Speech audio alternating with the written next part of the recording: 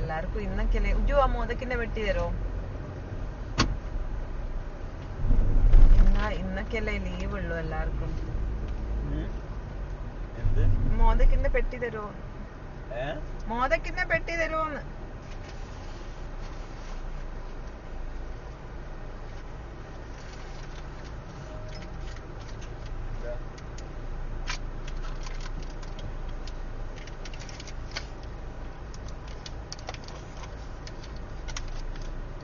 ശർക്കരക്കുണ്ട് ചുവന്ന നിറം. ഇവരെന്താ അങ്ങോട്ടും കുടിക്കിയത്? ആണോ?